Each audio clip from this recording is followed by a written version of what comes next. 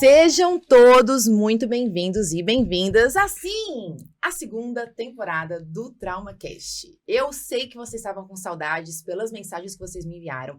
Eu também estava morrendo de saudade. Quero agradecer todo o carinho, as mensagens que a gente recebeu da primeira temporada.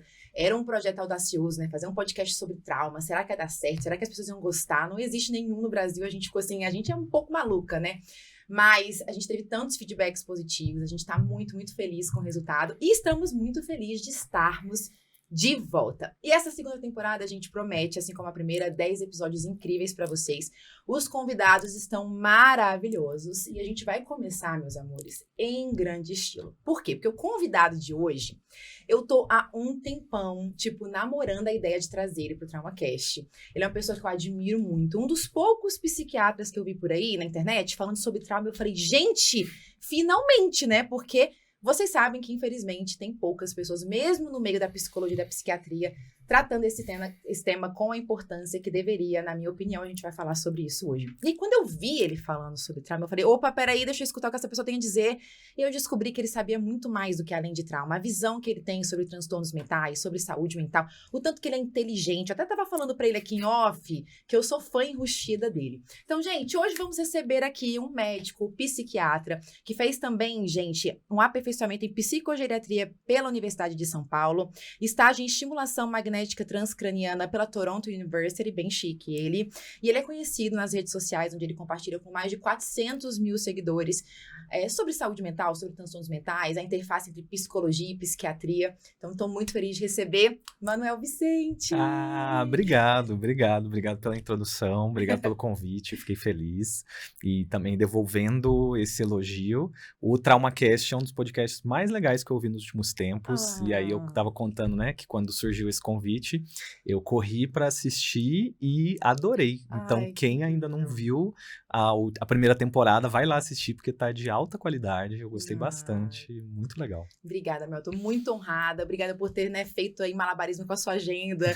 Vocês não sabem o que a gente teve que fazer para conseguir encaixar eu e o Manuel aqui nessa sala. Porque ninguém mora em São Paulo, ninguém, né? A gente tá em São Paulo, mas a gente não mora aqui. A gente tá aqui literalmente para poder fazer esse podcast, né?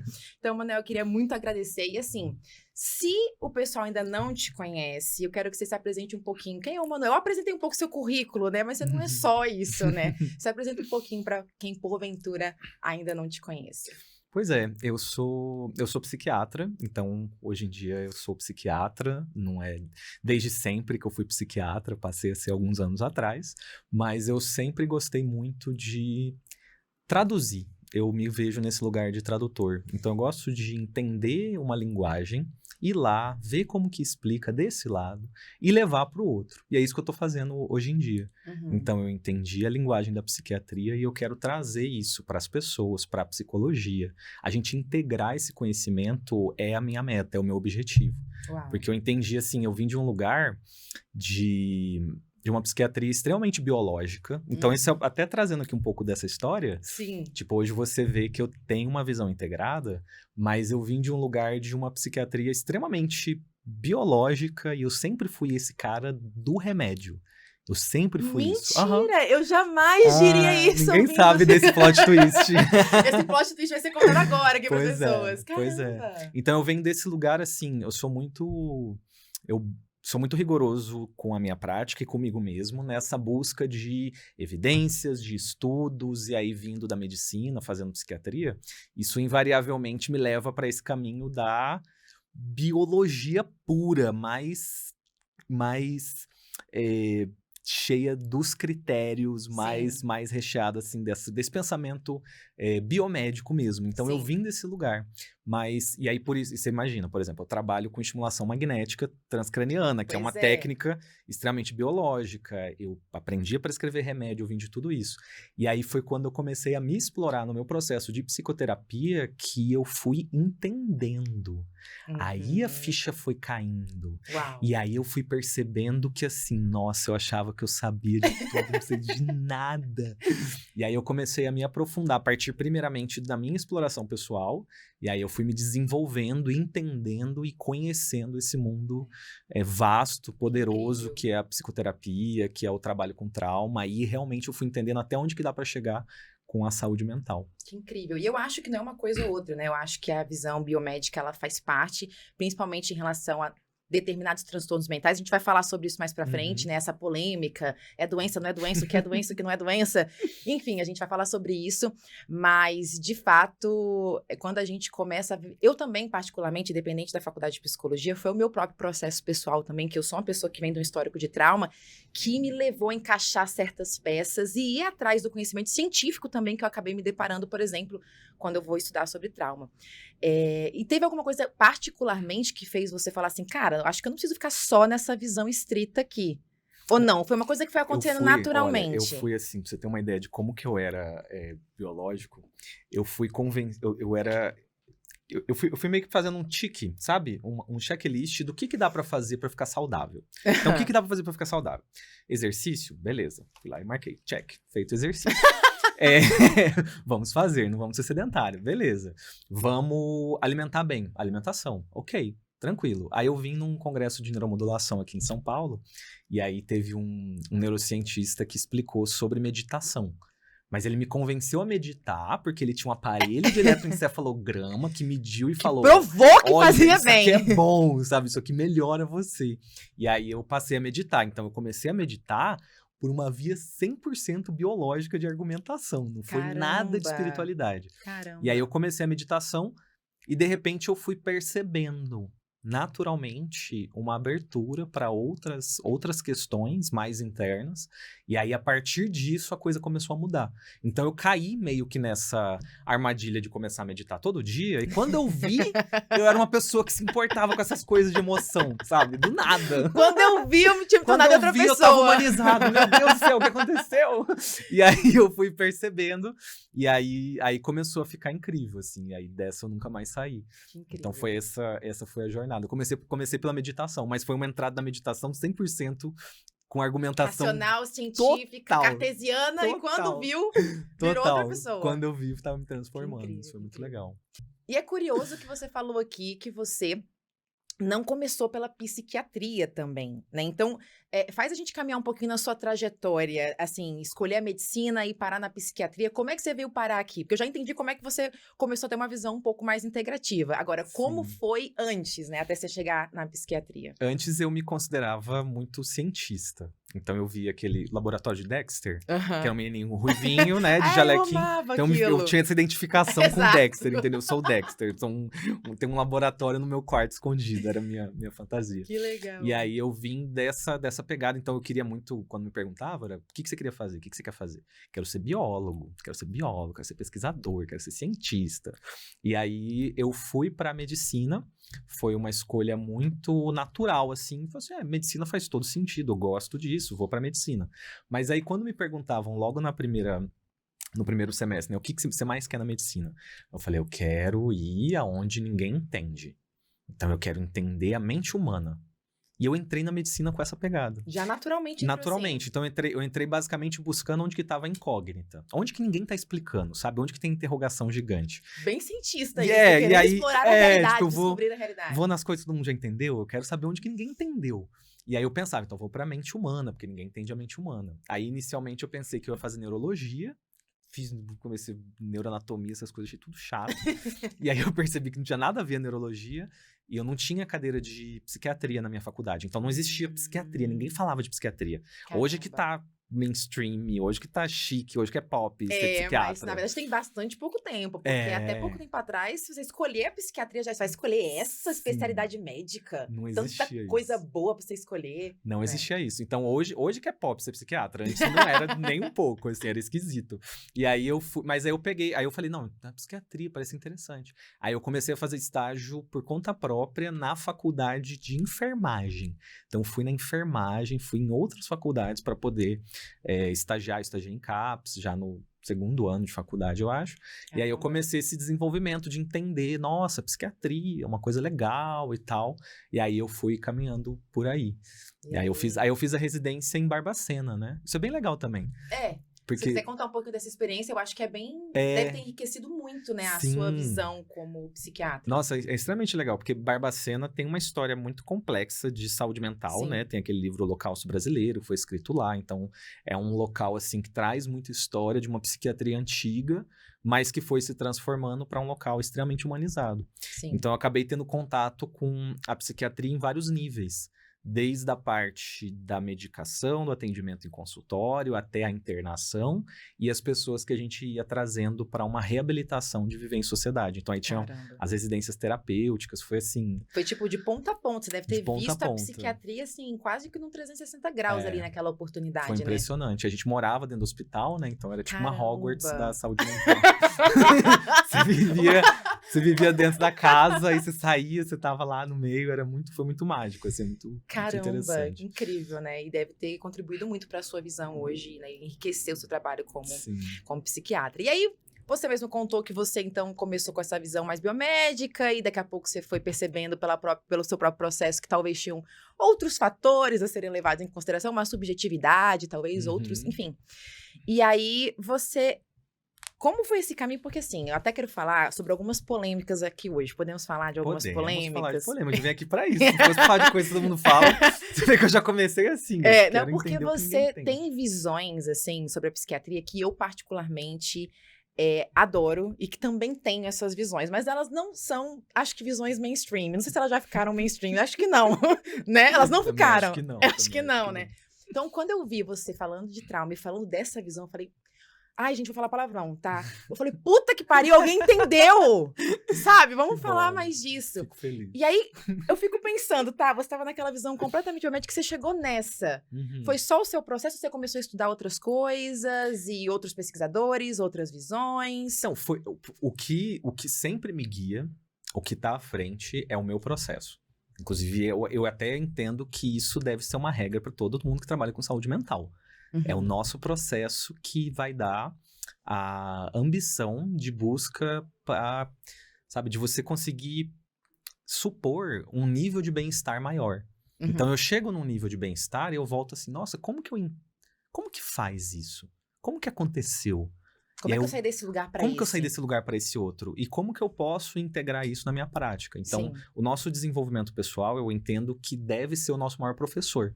Sabe? É o seu guia, é o seu nível de desenvolvimento. Aí, conforme você se desenvolve, você busca essa integração com a sua prática, né? Então, eu até... dá trabalho ser terapeuta, dá trabalho ser psiquiatra, dá trabalho ser psicólogo, porque você tem que fazer... O trabalho, o dever de casa. Esse dever de casa, que é o seu desenvolvimento pessoal. Agora, isso não é que isso dá trabalho. Esse é o trabalho. O nosso trabalho é se desenvolver cada vez mais. O nosso trabalho é ser um espelho de referência para quem efetivamente a gente se propõe a curar, a tratar. Se eu não sou essa referência, não tem como eu ficar falando, teorizando. É difícil levar alguém aonde a gente não foi ainda, Não tem como. E aí eu tentar entender sofrimento pelo livro, isso não vai acontecer. Uma coisa experiencial, né? Não tem como. Até para se colocar no lugar do paciente. Se você também tá só através da teoria, só através do livro, é difícil entender a dimensão subjetiva do que ele tá passando. Não é possível. Na verdade, a experiência, inclusive, aí esse é um ponto, né, que eventualmente se perde nas discussões sobre saúde mental, sobre transtornos, etc., que é esse elemento da experiência. Porque, no fim das contas, você tem o sofrimento e tudo que escreveram sobre ele. Mas a base do conhecimento está lá, na experiência. Tudo que escreveram sobre ele é uma tentativa de descrever a verdade. Não é a verdade em si. Então, eu preciso buscar em mim esse entendimento de compreender o que é essa palavra ressignificar. O que é integrar. O que é sintoma. O que é processar trauma. Eu não posso ficar usando essas palavras assim, sem experiência para poder amarrar, né, o que eu tô lendo com um entendimento que é um entendimento que não é mental, assim, em algum nível, né? Ele não é... É porque a gente cuida de emoção. E emoção, sensação, consciência é algo que é pré-verbal. Então, não é possível traduzir em palavra aquilo que é experiência totalmente. Eu preciso ir lá fazer e aí eu conto como que é. Aí eu conto como que é. Exato. Aí eu sei Aí eu contar. descrevo, né? Aí eu descrevo, olha, bem assim, ó. Tararararararará. Exato. Mas eu amo que, apesar disso, eu falei que a gente tem visões em comum, né?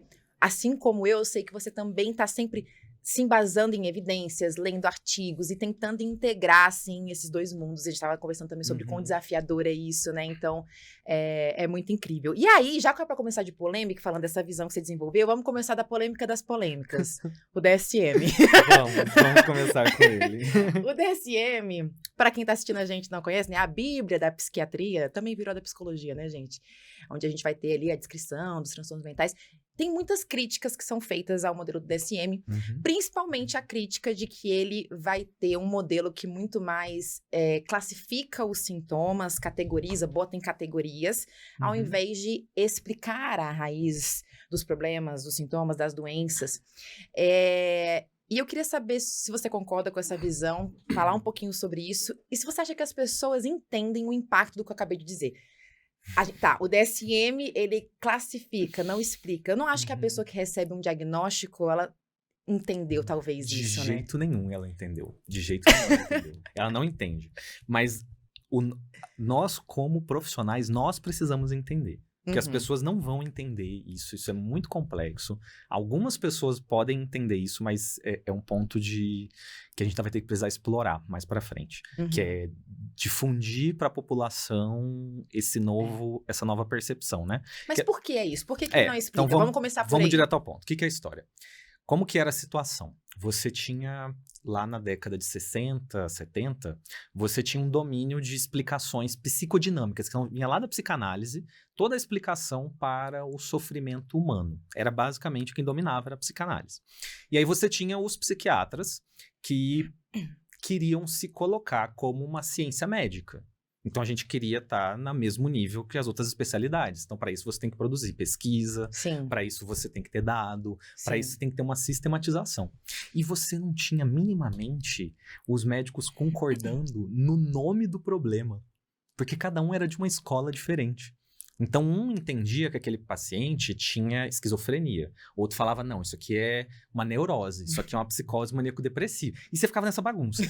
E aí eles falaram, nossa, quer saber? Gente, vamos organizar essa história. Vamos pegar e falar todo mundo o mesmo idioma. Então, o DSM ele surgiu com essa intenção de ser um dicionário, um glossário. Ele é um manual. Por isso que a palavra é manual. Ele não é uma teoria explicativa. Ele não é uma sistematização do conhecimento. Ele é um manual. Manual que nem de carro, sabe? Você não vai entender o processo de construção de um carro lendo o manual do carro. No manual, você tem algo bem operacional. E aí, você precisava de algo operacional. Tanto que aí quem fez foi quem? Foi um grande estatístico. Não foi um grande teórico da mente, foram os estatísticos. Então, foi uma base realmente de organizar, para falar o mesmo idioma. Então, o mantra do DSM é, o diagnóstico tem que ser útil. E aí que começa a história. Então, é útil classificar isso como transtorno? Ajuda? Não ajuda? Como que vai funcionar? Vamos classificar pra gente falar a mesma língua, porque é útil a gente falar a mesma língua. É útil. A gente tá falando de quais sintomas, a gente tá falando de qual manifestação sintomática. Tipo, exatamente. Cada um tá falando um negócio. Cada um tá falando um negócio. Tem essa utilidade, de fato tem. A gente não pode dizer que não tem. E aí você tinha um momento histórico. Isso é muito interessante de estudar essa história pra você entender de onde que vem. Porque senão você fica aplicando sem entender o contexto. Então você tinha já começando a surgir remédio. Aí você tinha antidepressivo, você tinha os primeiros antipsicóticos, você tinha lítio voltando. Então, pra quem que eu vou dar cada remédio? Não tinha como saber, porque não tinha palavra. Era uma bagunça total até, né, antes do DSM. Era tipo Torre de Babel, sabe? Todo mundo, cada um falando uma língua. Era uma Torre de Babel, e aí o DSM fez o oposto da Torre de Babel, foi unificar a linguagem. Mas aí a crítica começa, porque, por exemplo, isso foi feito em Washington. Então foi Washington quem definiu. Se outro país tivesse feito, talvez fosse diferente. Talvez tivesse uma visão diferente. Então, foi a psiquiatria americana quem falou, olha, a gente manda aqui, vamos fazer acontecer. E fizeram acontecer. E, realmente, aí o DSM trouxe um processo, trouxe uma unificação que beneficiou o estudo. Então, aí se produziu muita pesquisa, facilitou o entendimento das pessoas e, sobretudo, assim, eu sinto que um ponto mais importante é que a gente teve um desenvolvimento de que antes o sofrimento era frescura. Então, a gente deu esse passo, esse degrau maravilhoso que foi assim, olha, seu sofrimento é algo que existe. Seu Sim. sofrimento tem um nome e existe um método que ajuda nisso. Sim, Então, isso é importante. e é para isso que o diagnóstico serve. Então, todo profissional, ele deve entender que quando ele dá um diagnóstico, ele está fazendo isso. Eu estou dando um nome para esse problema, eu preciso ver quão útil é isso, então ajuda, atrapalha, como que eu vou fazer esse uso do diagnóstico para entender o DSM como uma ferramenta. Sim. DSM é isso, é um martelo. Você bater no seu pé. É porque eu acho, talvez, é isso que a gente estava falando, as pessoas que recebem, né, esses diagnósticos, elas não têm o conhecimento que os profissionais têm, e que às vezes nem os profissionais têm, sobre o que a gente está falando aqui. Então, porque tem uma coisa que é consenso entre especialistas no DSM, tá, sentou lá uma galera e fala, vamos lá, gente, então depressão é o quê? Tá, depressão é isso, tá, e qual é o tempo que a gente vai botar aqui para poder fazer o diagnóstico? Isso. Ah, vamos pôr X tempo. Então, eu não sei se as pessoas sabem que isso faz parte de alguma forma. E tem também, ao mesmo tempo, o que a gente poderia dizer doença dentro do modelo médico, tudo no mesmo balaio ali, né? Então vamos até separar. Vamos lá. Como foram feitos os critérios? Isso é super legal. Como foram feitos os critérios? Isso é extremamente legal. Foram feitos por votações e consensos, basicamente. Porque você não tinha como comparar. Você não tem um exame para comprovar que a pessoa que tem 5 ou 6 sintomas depressivos tem depressão. Porque eu não tenho como medir, falar assim, comprovou a depressão. Fiz um exame. Aí fala assim, então esse exame aqui eu comprovo com depressão, que nem no Covid. Perdeu o olfato, deve ser Covid. Então você tem um exame para mostrar o Covid e falar, Covid dá perda de olfato. Exato. Você não tem isso para depressão. Então a gente cria os critérios. O problema é que a gente não consegue separar o conceito do transtorno do critério. Então, o critério e o transtorno ficam a mesma coisa. Deixa eu dar um exemplo. Tá. Então, você tem, por exemplo, uma pessoa que tem um infarto cardíaco, certo? Então, ela tem um infarto do coração. Qual que é o critério para infarto? É ter alteração no eletrocardiograma, é ter alteração das enzimas cardíacas, é ter as alterações que mostram o infarto. Mas o critério de infarto não é infarto. O critério para diagnosticar infarto na cardiologia não é infarto. Isso não teria a menor lógica, entendeu? Não é um infarto. É o critério de infarto. Mas na psiquiatria, isso se mescla. Entendi. Então, o critério também é o transtorno. Então, a gente viu, por exemplo, o autismo, por exemplo, mudou o que é autismo. Hoje, o que se chama de autismo é muito diferente do que se chamava antes de autismo, porque mudaram os critérios. Então, o critério, ele transforma a forma como a gente entende essas variações de comportamento. E aí, isso é um ponto complexo de explicar. Sim. Sabe? Como que se explica isso? É mais fácil falar assim, olha, você tem um transtorno de ansiedade. Você tem um transtorno de ansiedade. Mas como que você sabe que você tem transtorno de ansiedade? Porque eu tenho ansiedade. E por que você tem ansiedade? Porque eu tenho um transtorno de ansiedade. É tipo assim, né? Ou seja, é que as pessoas acham que, tipo assim, que você recebeu lá, transtorno de ansiedade generalizada. Tá, então isso explica a minha ansiedade. Não, isso é uma classificação de sintomas que você tem que se encaixa aqui. Uma coisa não explica, entende? Só que as pessoas, eu acho... Qual é o impacto disso para a saúde mental das pessoas, já que elas não sabem que é isso? Isso é total, isso muda tudo. Mas ninguém percebe que isso muda tudo. Porque o que é um transtorno? Transtorno é um conjunto de sinais e sintomas. Então, transtorno é uma síndrome. Transtorno não é uma entidade que existe na natureza.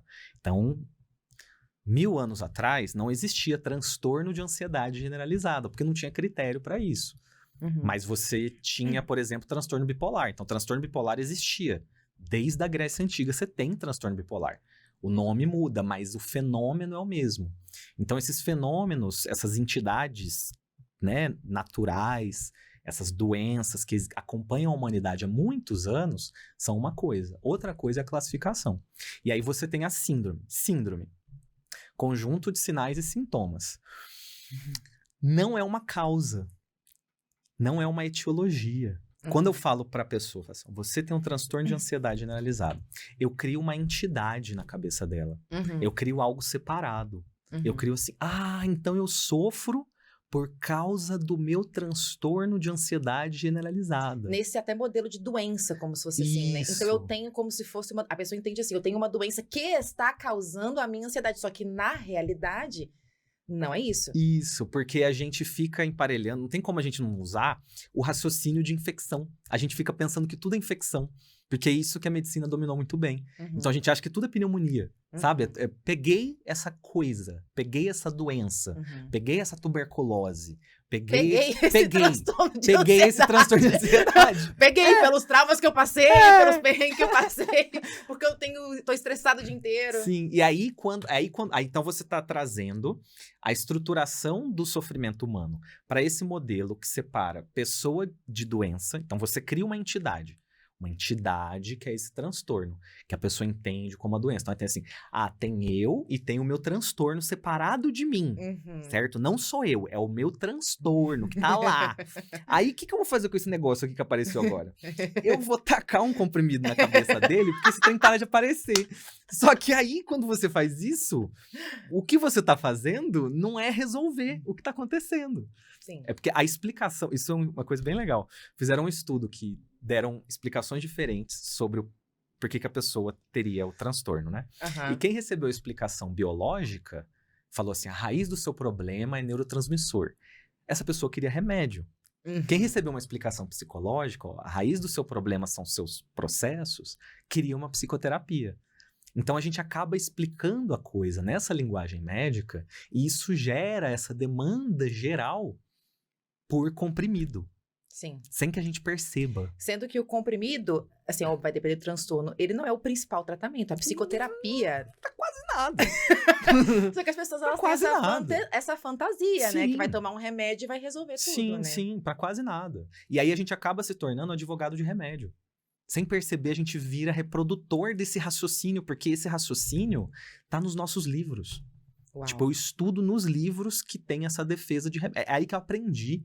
A fonte do meu conhecimento, ela é enviesada para defender os benefícios dos comprimidos e diminuir os malefícios. E já parte da premissa que esses transtornos são entidades inquestionáveis. E não é. Essa não é a realidade. Tanto que tem outros modelos, a gente vai falar aqui. Não tem uma única forma de enxergar os transtornos mentais. E porque no próximo DSM pode mudar. Pode assim fazer, como eles mudam. O que eles fizeram, por exemplo, no DSM-5, eles mudaram totalmente os critérios de TEPT. 50% das pessoas, saiu um estudo falando que 50% das pessoas que tinham sido diagnosticadas com TEPT na nova versão não podiam mais ter. Então, você pega a pessoa que você deu o diagnóstico e fala, agora você não pode mais não, porque agora você não preenche mais os critérios diagnósticos. Aí a pessoa fica assim, ó, batendo a cabeça dela na parede, falando, eu tenho ou não tenho esse negócio? Reduziu, né, a quantidade de... As mudanças diminuíram o diagnóstico? O critério A, que é o critério que fala da natureza do trauma que precisaria ter acontecido para a pessoa ter a TEPT. listinha do que pode ser trauma, o que não pode, né? Trauma desse jeito. Desse jeitinho. Se não for desse jeitinho, você não tem TEPT. E aí eles mudaram isso. Ficou um pouco mais restrito. E aí, como ficou restrito, 50%, sem um estudo, 50% das pessoas que tinham recebido o diagnóstico de TEPT na versão antiga do DSM não poderiam mais receber, porque não estava no critério diagnóstico. Que coisa, os advogados trabalhistas devem estar agradecendo nos Estados Unidos, né? Eles devem estar achando maravilhoso. E você imagina a cabeça da pessoa, você não disse que eu tinha TEPT? Então, mas agora não tem mais, porque esse tipo de trauma não se qualifica mais. Então, sinto muito, agora você não tem mais. Transtorno de personalidade histriônico, por exemplo, deve deixar de existir.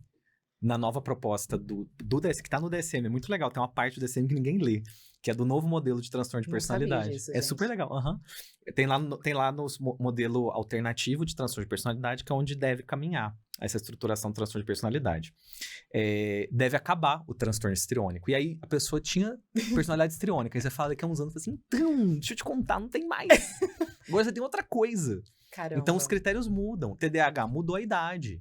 TDAH, você mudou a idade necessária. Antes era 7 anos, eu acredito. E agora foi para 12.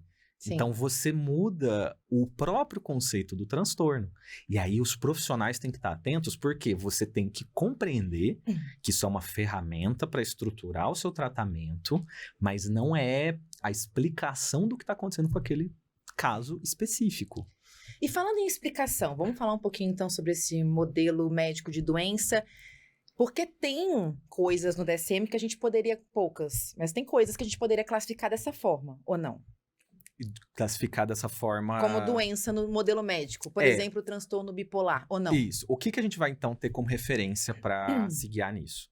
Para pra gente conseguir caracterizar uma doença, a busca, o santo grau. Então a gente quer encontrar, certo? A gente tá atrás dessas questões que o médico resolve. O que a gente resolve? O que o médico é bom fazer? Tratar doença. Isso que a gente faz há milênios. Então a gente sabe fazer isso e a gente faz isso de uma forma muito distinta de outros profissionais, porque você não tem como atribuir para outros profissionais tratar doenças. Isso aí vai sempre ser uma atividade da medicina. Sim. E eu acho que É a atividade-chave da a medicina. atividade da medicina. A gente deve se manter assim. Então, a gente deve respeitar, inclusive, essa palavra. E é uma coisa interessante, porque eu falo doença e isso entra até em atrito com a noção que as pessoas têm de visão humanizada, né? Da saúde mental. Pode ser doença não é doença. Sofrimento psíquico. Você fica relativizando. Tem até essa polêmica, então. Tem. Porque aí eu entro nessa linha, porque eu fico de um lado. As pessoas, nossa, que legal, ele não tá chamando tudo de transtorno, mas de outro. Mas tá chamando isso aqui de doença. Doença a gente não fala. Você buga a cabeça das pessoas, as né? pessoas não entendem que Mas é porque eu também passei a usar mais esse termo porque eu vi a sua explicação. E falei, tá tudo bem então falar doença nesse contexto. Explica e fala pro pessoal, então, pra poder todo mundo ficar na mesma página. Tipo, assim, uma coisa muito interessante. Não existe uma definição de doença. A medicina até hoje, estamos aí em 2024, a gente não falou assim, isso aqui é uma doença. A OMS não definiu direito. Então, antes, obesidade não era uma doença, agora passou a ser uma doença. Então, o conceito de doença, ele é para ser útil. É sempre assim. O que é útil? Mas a gente pode tentar encontrar algo que é uma forma de organizar isso. A doença, ela precisa ter uma origem, uma causa, que a gente fala etiologia. Então, uma etiologia conhecida ou provável. Então, eu posso nem saber todos os detalhes, mas eu tenho como, sabe, supor algumas questões ali, né? Então, por exemplo, enxaqueca, epilepsia. Ninguém vai duvidar que epilepsia é uma doença, certo? Isso é um consenso. Tudo bem, epilepsia é uma doença. Agora, ela não tem uma explicação específica, mas tem várias teorias, tem vários processos conhecidos. Apesar de você não ter uma explicação específica, é razoável tratar epilepsia como uma doença, até porque é algo que existe há milênios. Você sabe que existe epilepsia, sempre existiu. Não é uma criação da sociedade moderna, epilepsia. Então, você tem essa avaliação do tempo. Há quanto tempo isso existe na história? Há quanto tempo isso está descrito? Isso tem o curso da doença. Tem o curso da doença. Enfim, tem... Tem o início. Então, doença tem curso. Você tem o início, então, Covid. Você tem um início que é assintomático, aí você começa a ter sintoma gripal, aí você fica sem olfato. Exato. Então, você tem toda uma ordenzinha que é igual. Então, as doenças se repetem nas pessoas. As doenças, elas têm um desfecho previsível. Porque é uma doença. Então, se eu estou descrevendo uma doença, ela vai se repetir meio que em todo mundo parecido. Pode ser um pouco diferente para lá, um pouco diferente para cá, mas via de regra ela segue uma ordem. Então, o curso, ele é uma grande referência para a gente ter. É o primeiro ponto. É o curso, como que evolui. Eu consigo prever? Então, por exemplo, uma pessoa com transtorno bipolar, ela vai me contando a história. Eu, sem perguntar para ela, eu já sei que a tendência dela, nos últimos anos, é de estar deprimindo cada vez mais. Então, cada vez mais ela deprime, cada vez mais é difícil de voltar. Tem esse curso também, né? É a história natural da doença. Essa que é a palavrinha. História natural da doença. Então, toda doença tem que ter uma história natural. E aí você tem essa progressão, essa expectativa, essa tendência. É muito bom também, ajuda bastante a gente a encontrar as doenças, quando tem um remédio específico. Então, por exemplo, lítio funciona super bem para transtorno bipolar. Então, olha como que a gente vai somando um monte de conhecimento, ó. Tem um curso conhecido, tem uma história antiga que descreve esse processo, tem um remédio específico que muda o desfecho, não suprime sintomas, ele muda toda a progressão da doença. Então, você faz uma transformação na vida da pessoa com o tratamento certo. Então, essa quantidade de informações é razoável dizer que transtorno bipolar é uma doença. Tá. Beleza? Agora, transtorno de ansiedade generalizada é uma das piores diagnósticos que tem no DSM, assim, uma coisa horrorosa. Porque eles não tem. Tem quando vai soltar um DSM, eles fazem os estudos para testar a confiança, né? Então, eles fazem um índice CAPA, que é um índice que ele testa, assim, faz um médico avalia a pessoa. Aí, 2 semanas depois, outro médico avalia a pessoa. Para dizer que o DSM está funcionando, os 2 médicos têm que avaliar igual. Chegar à mesma conclusão. Mesma conclusão, certo? Então, esse que é o grande referência do DSM. Será que se eu colocar a mesma pessoa na frente de 2 médicos diferentes, eles vão chegar na mesma conclusão?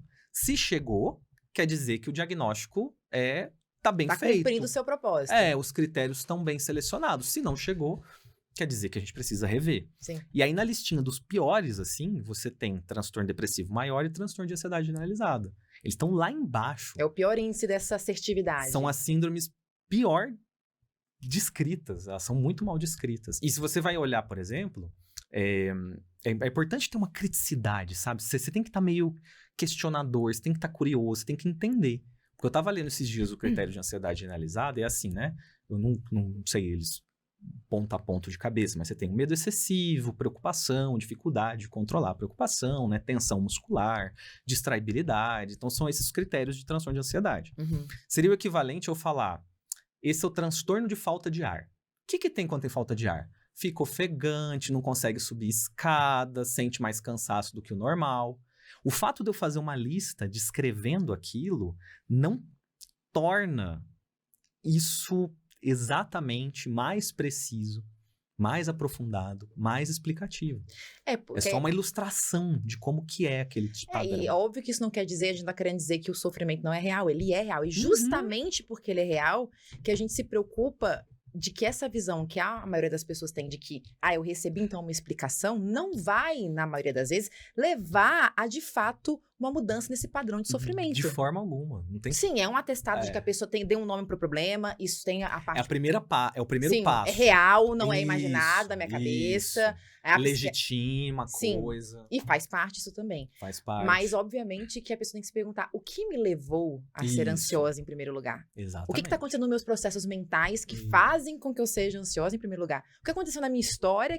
Qual foi o momento em que eu tive uma piora nos sintomas? Aconteceu alguma coisa na minha vida? Como é minha vida hoje? Enfim, são perguntas que a gente tende a responder na psicoterapia. Acho que é por isso também que você é tão defensor dessa interface, né, da psiquiatria com a psicologia. É você se perguntar, como que eu cheguei aqui? Por que eu tô assim? Então, quando eu dou o diagnóstico, eu dei uma fotografia e falei, olha, o seu padrão de sofrimento é um padrão ansioso. É isso que eu disse. Então, você sofre de uma forma tensa, fóbica, com medo, transtorno de ansiedade. Você sofre de uma forma triste, infeliz, com culpa, transtorno depressivo. Mas eu não expliquei. Eu não expliquei por que você está sofrendo. Uau. E aí, a gente como profissional, a gente não pode também... eu fico lembrando aqui, sabe, me vem muito na cabeça aquela comunicação assim, no Fantástico, no Jornal Nacional, anos 2000... Você não tinha como aprofundar a conversa. Então, você tinha que dizer desse jeito. Olha, isso aqui é uma doença, o transtorno de ansiedade está aumentando, a depressão é o mal do século. Você tinha como trazer essas palavras, essas frases, para as pessoas entenderem a relevância do assunto. Agora, eu, como profissional, não posso me confundir e achar que quando eu classifiquei, eu cheguei onde eu tinha que chegar. Você não chegou onde você tinha que chegar. Você classificou, ótimo, primeiro passo. Agora, vamos entender... E aí você vai trabalhar isso com a pessoa. Só que aí você tem que ter uma delicadeza para você fazer o diagnóstico sem barrar o processo de autoinvestigação daquela pessoa. Porque às vezes não ser uma coisa tipo taxativa, pronto. Chegou. Chegamos tá aqui, lá onde precisávamos. Pronto, resolvido aqui, ó, seu transtorno é esse, tá aqui, pronto. Ainda bem que você resolveu o seu transtorno. Não tem. Sim. Não tem. Tanto que, e aí isso é uma coisa muito legal que eu acho que todo profissional deve ter. É ser ambicioso com o nível de melhora. Boa. Do cliente, Exato. do paciente. Boa. Então, buscar o que mais pode ser feito e as pessoas também despertarem para isso. Porque o psiquiatra, sobretudo, é o psicólogo também, de certa forma. Mas, assim, a gente é a única especialidade em que quando a pessoa não melhora, ela não entende que talvez o tratamento não esteja acontecendo do jeito certo. Ela não entende isso. Porque o transtorno ele já vem com essa roupagem de algo que nunca vai embora. Então, se você vai no cardiologista e sua pressão não baixa, você vai em outro. Você fala, tem alguma coisa errada aqui. Tem alguma coisa Vamos errada. resolver, vamos tentar outra estratégia. Isso. Se eu não melhoro do meu medo, da minha insegurança, se eu não melhoro disso... mas eu também, né? Eu tenho transtorno de ansiedade generalizada, o que eu queria? É como se fosse, tipo, uma sentença de vida. Sim. E aí, você não pensa que talvez a abordagem que você está fazendo não seja a melhor para você. Sim. Você não pensa que talvez o remédio está errado. Você não considera isso. A família não acha que está errado. Sim. Ninguém acha que está errado. Não existe pressão de uma ambição por melhora. Sim, sim. Existe o contentamento com o nível de sofrimento basal. Eu tenho que me acostumar com isso, essa é a minha realidade, eu tenho esse transtorno. Isso. E é isso que vai ser assim. É. Vou viver dessa forma, né? Então eu gosto muito do seu trabalho e de todo mundo que trabalha com trauma, assim, inclusive se tiver algum psicólogo que ainda não se aprofundou nesse estudo, se aprofunde, porque realmente traz essa possibilidade de mudança. Nossa, assim, Que total. coisa linda, maravilhosa mudar. E eu só mudei, na verdade, quando eu descobri isso aqui também. Eu vim parar aqui porque eu percebi em algum momento que eu tava profundamente traumatizada. E isso foi o que me tirou do buraco mesmo, né? E eu, sei lá, talvez eu teria recebido vários nomes porque eu tinha antes. Sei lá, iam falar que era ciclotimia, iam falar que era... Enfim, sei lá, dava pra dar vários nomes. E aí, quando eu faço tratamento de trauma, eu percebi que eu não tinha nada disso. Sim. Eu era traumatizada. Era esse o diagnóstico, né? No meu caso, né? Então, eu acho que é muito maravilhoso. Mas que transtornos ou o que tá no DSM que a gente poderia dizer que isso aqui explica? Ou não tem legal, nada? legal. Não, eu acho porque legal. eu não acho que é tudo também. Boa. O transtorno não explica. Qual o transtorno explica o sintoma? Então, conforme eu tava... Ainda bem que você me lembrou aqui. Ainda bem que você me trouxe de volta. Porque era isso, né? A gente não sabe definir direito o que é doença, mas nos meus estudos, Juliano, as referências, quem tenta responder essa pergunta, eu acho bem razoável, acho adequado falar que transtorno bipolar dá pra entender como uma doença. Esquizofrenia dá para entender como uma doença, são quadros psicóticos graves que explicam. Então, você está deprimindo porque você tem esse processo em você. Aí você tem as neurodivergências, que também são um ponto assim, né? Você tem autismo, que tem uma carga genética muito significativa, que não tem como você desqualificar ou diminuir o grau de sofrimento, Sim. o processo, assim. Realmente, autismo é algo muito, muito significativo. O toque grave, por exemplo, ele tem um componente anatômico muito interessante. Tem gente que pode desenvolver toque por causa de infecção na infância. Uau. De quimioterapia. Tem alguns estudos, assim, relatos de caso, de criança que faz quimioterapia, por exemplo, e desenvolve, possivelmente, uma hipótese, o trauma por causa do dano da quimioterapia. Então, olha a característica anatômica, fisiológica. Tem um componente neurobiológico de algum nível, né? Muito bem firmado, sabe? Antes tinha, depois não tem. E esse é outro ponto da doença. Tem um início, começa em algum momento. Começa em algum momento, e aí você tem essa característica de doença. O autismo, o TDAH, a gente consegue entender como neurodivergências, porque você não tem essa separação clara entre a pessoa e a doença. Sim. E é claro que o ambiente vai estar sempre interagindo. Sempre. Por exemplo, né, por mais que a pessoa está falando de bipolaridade, que, né, tem uma heredabilidade alta, enfim, a gente pode considerar dentro desse modelo de entender como uma doença. E, obviamente, tem o impacto do que acontece com a pessoa, que às vezes pode abrir o quadro, piorar os sintomas. Você concorda com isso ou não? Que o transtorno bipolar pode ter essa abertura do quadro e piorar tudo que estava acontecendo antes, né? Sim. O transtorno apesar dele ter essa carga genética. Ah, sim. Não, o transtorno bipolar, tudo na saúde é assim. Tudo na saúde é assim. Não é só na psiquiatria, mas tudo na saúde é assim. Você tem uma tendência. Toda genética é tendência. Genética não é condenação. Genética é tendência. E aí, o que acontece fora precipita essa tendência que eu tenho. Isso. O problema é que a psiquiatria leva essa lógica para tudo. Então, pegaram esse raciocínio e extrapolaram para tudo. Então, transtorno bipolar é uma doença. Esquizofrenia é uma doença que a pessoa tem. Ela tem uma tendência forte, alta genética, ok. Acontece algo na vida, isso pode aparecer, mas ela já tinha aquele jeito, tem na família. E aí, nesse caso, ela poderia falar, isso explica os meus sintomas. Isso explica os meus sintomas. Aí, nesse contexto, ela pode falar, ótimo, show. Maravilhoso. E aí, ela vai usar o medicamento correto, que tem eficácia. Para aquele problema específico, né? Para aquele problema específico. Aí ela vai falar, isso explicou meu sintoma, então. Então, é um diagnóstico que explica várias questões. Não é um diagnóstico... Se você ficar catando o diagnóstico, pessoa que tem muito diagnóstico, então, transtorno compulsivo alimentar, transtorno de insônia, transtorno de ansiedade generalizada, fica quase catando milho, assim, colecionando diagnóstico, não tá tendo uma explicação. Porque tem muita coisa. Tem que buscar um ponto em comum. Tem que ter essa explicação que explique a maior parte dos problemas. É abrir esse entendimento e falar assim, nossa, isso tem um fio da meada. Sim. Aí você explicou. Sim. Aí você pega o remédio, faz o tratamento específico para aquela questão. E essa é uma coisa interessante. Sem a pessoa tomar o remédio estabilizador de humor, ela não vai melhorar. Ela não vai melhorar. É muito difícil ela melhorar. Que é muito corrobora a visão improvável. que a gente estava falando de que é, de fato, diferente de um transtorno, um conjunto de sintomas, não? Sim, Né? sim, com certeza. Então é muito diferente.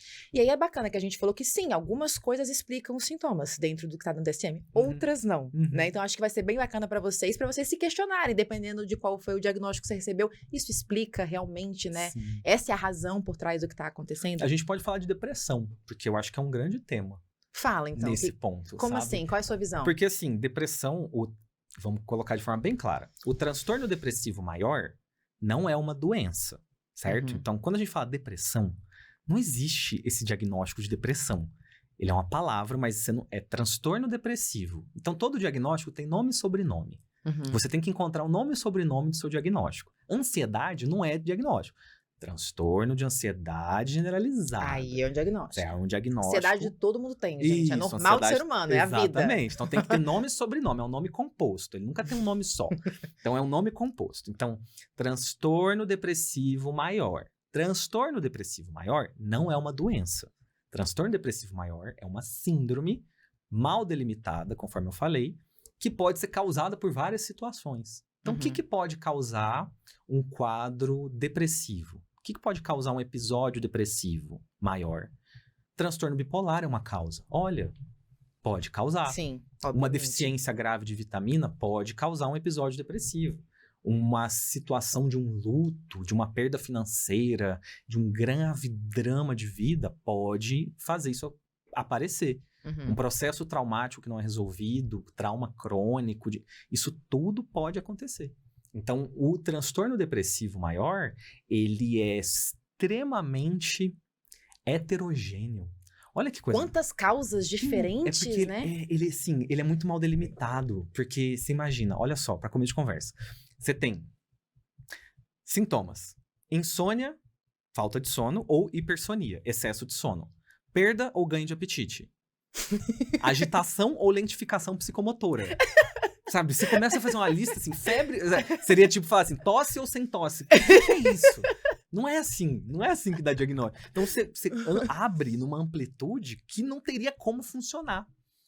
E aí você tem, olha que curioso, aí você tem transtorno depressivo maior, você lembra que o curso é super importante, né? Sim. Mas ele pode ser único ou recorrente. Cai no mesmo guarda-chuva. Tudo num balaio Tudo só. no mesmo balaio. Então, o transtorno depressivo maior, ele é um grande guarda-chuva que ele, historicamente, o que ele englobou? Ele englobou as depressões endógenas, melancólicas, graves, que iam para o hospital psiquiátrico, e aquilo que era chamado de neurose. Os processos de depressões por crise existencial. Crise existencial não tem onde classificar dentro da psiquiatria. Bota no balaio. Mas vamos falar que crise existencial não existe no ser humano? É natural do ser humano, gente. Não, eu não conheço uma pessoa que nunca teve uma crise eu não acho nem que ela existencial. tá saudável. Exato! Como é que você vai viver se ter uma crise Se a existencial? pessoa não tiver uma crise existencial, eu acho que ela está bem. Eu acho que ela está mal. Eu acho que ela precisa de ajuda. Eu não Alguém tinha tem que- crises existenciais antes. Aí quando eu falei, nossa, o que eu tava fazendo? Tem que Sim. existir, isso faz parte do amadurecimento. Mas você não tem onde classificar. Você não tem onde encaixar o sofrimento de uma crise existencial. E é óbvio que assim, vamos lá, pra gente resumir. O que é, na sua opinião, então, tem de bom e tem de limitante? O que tem de bom e o que tem de ruim no DSM, na sua visão? O DSM, ele tem de bom a unificação da nossa linguagem. Ele tem de bom a possibilidade de a gente estar fazendo esse podcast aqui, falar de saúde mental. Então, ele foi um passo essencial nessa divulgação da saúde mental, Sim. da psiquiatria, da psicologia. Então, o DSM, ele teve seu grande momento histórico e hoje ele ainda ajuda as pessoas a se entenderem. E eu acho que acabou aí. Sabe? Eu acho que acabou aí. É o que eu posso falar. Eu não consigo ir além. Pode até ter, e talvez eu não tenha reparado em outros elementos, mas assim, eu acho que acaba aí. Nomear, talvez, o sofrimento, validar que existe, Sim. validar que não é coisa da tua cabeça. Isso, beleza. Às vezes poder também, sei lá, dar uma explicação, não do porquê tá acontecendo, mas para as pessoas ao redor, pra família que enche o saco, às vezes falar, cara, perfeito. não vem diminuir o que eu tô sentindo, eu tenho isso, Isso. sabe? Então, acho que tem muitas coisas incríveis. Se a gente tá aqui falando, se eu falo toque, você entende o que é, do outro lado, é porque existe o DSM e a gente entendeu o que a gente tá querendo falar. Exatamente. Mas eu acho que pra gente evoluir, continuar evoluindo dentro da saúde mental, a gente precisa discutir outras coisas, né? Discutir de uma forma mais ampla, né? E tem várias visões, né? Por exemplo, alguns estudiosos do trauma psicológico, obviamente, gostam de uma visão mais conectada com o sistema nervoso autônomo, quando a pessoa está presa num padrão de sistema nervoso simpático ou de sistema nervoso parasimpático, e aí, enfim, aí tem formas diferentes de enxergar. Mas eu quero saber de você, tem algum outro modelo, então, que você prefira? Tem alternativas? Ó, eu vou falar das alternativas, mas eu acho que é muito essencial que todo terapeuta, todo psicólogo entenda o seu modelo. Entenda o modelo da escola que você está seguindo. Sim. Então, se você vem de um entendimento que passa por todo esse estudo de trauma, entenda profundamente isso aí. Se você vem de uma lógica cognitivista, entenda profundamente o cognitivismo. Se você vem de uma lógica de psicanálise, psicanalítica, entenda isso profundamente, sabe? Entenda esse modelo. Por quê? Porque a psicologia tá há séculos tentando explicar o ser humano. E a psiquiatria tá há décadas tentando explicar os transtornos. Então, a gente está partindo de caminhos de entrada diferentes. Uhum. Então, vocês têm teorias de formação da personalidade. A gente não tem isso. Mas a gente classifica transtorno de personalidade. Então, eu classifico o transtorno de personalidade sem explicar como que uma personalidade é formada. E tem tantas teorias, né? Teorias. Isso também acho que torna complexo o diálogo dentro da psicologia e da psiquiatria, porque cada um, na verdade, tá partindo de uma teoria, de uma premissa diferente. Isso. Até porque ninguém tem uma verdade absoluta, gente. Então, desceu aqui um negócio do céu e falou, personalidade é isso. Você tá olhando e é formada um ângulo. assim. É um ângulo, Você tá olhando um ângulo de um processo que é amplo, que não tem uma explicação numa camada só. Então, você tá tentando entender outras camadas do processo. Sim. E aí, eu vejo muitos colegas psicólogos que ficam nessa, sabe, acabam se enviesando por essa busca do transtorno, da classificação do transtorno, e esquece de olhar para aquele processo daquela pessoa que a própria teoria e a própria escola de abordagem dele traria muita coisa. Sim. Então, primeiro, para falar de modelo, entenda qual é o seu modelo, com clareza. Porque... Cria o seu raciocínio clínico no teu modelo, descobre qual é ele, se aprofunda nele. Para não fazer uma salada mista gigantesca. E aí, né? você pode consultar, entender, ter uma noção de como que a psiquiatria faz, mas tomando cuidado para a psiquiatria não engolir a sua base teórica. Cara, mas isso acontece com muito psicólogo. Eu sei. A psiquiatria engole todinha. Engole tudo, sabe? Vocês estão há muito tempo estudando a natureza humana, e aí a gente chegou com um manual de protocolo diagnóstico de transtorno. É diferente. Isso é o estudo da anormalidade, é o estudo da doença, não é o estudo da saúde, não é o estudo da formação. Da psique, da personalidade, enfim. Não é ser humano, é transtorno. Então, é importante ter essa clareza, porque você, eventualmente, consegue, mesmo que eu falei, então, beleza, transtorno bipolar explica, esquizofrenia explica, autismo explica, TDAH explica, tudo isso explica, beleza. Agora, essa pessoa que tem esse diagnóstico não teve processos importantes na relação com a mãe, com o pai, sabe? Claro que teve. Ela não teve trauma porque ela é bipolar, porque ela tem transtorno bipolar, então não vou abordar trauma, porque o tratamento dela é de transtorno... Peraí, você tá tratando o quê? Você está tratando um ser humano. E, inclusive, pode ser que parte de alguns sintomas tenham a ver com essa causa da doença e parte tem a ver com o trauma que ela viveu. Com outras questões. Com outras coisas também não dá para ser ignorada. E você não consegue separar. Até porque os sintomas de trauma, eles imitam os sintomas de muitas doenças, transtornos. Sim. É difícil pra gente mesmo trabalhar com trauma. Aonde começou isso aqui? Isso é trauma, isso não é, isso é outra coisa. Não sei nem se um dia a gente vai conseguir separar isso. Pois é, e aí o que os modelos alternativos... Então tem um modelo... vamos falar, modelos alternativos. Não esqueci, então presta atenção aqui. Né? A gente quer falar... Mas, por exemplo, você tem o High Top, que é um modelo super interessante, que ele tenta fazer... O que ele tenta responder? Então, os modelos servem para responder um problema. Então, qual o problema que a gente tem? Um grande problema na psiquiatria. A gente não tem uma linha da normalidade. Então, como que eu sei se aquela ansiedade é patológica ou não? A gente usa umas palavrinhas que é assim, excessivo, inadequado, sabe? Demais. O que é isso? Como que dá um... Como que é excessivo? Não adaptativo. Quem? Não anda pra quem? Excessivo pra quem? Raiva excessiva. Pra quem? Qual que é o viés que tá envolvido nisso? Entendeu? Sua raiva é excessiva. Eu não grito. Eu não sou uma pessoa... sabe? Não tenho essas coisas de raiva. Então, pra mim, toda raiva é inadequada. Mas esse é o meu viés. Entendeu? Eu medito, eu tenho coisa de yoga. Eu faço isso, esse é meu jeito. Agora, tem gente que briga no trânsito. Aí, às vezes, essa pessoa é um psicólogo. Ele fala assim, não, tem mais aqui, sabe, tem mais aqui mostrar o dedo mesmo. A gente tem mais aqui gritar, vira a mesa. Isso é ele.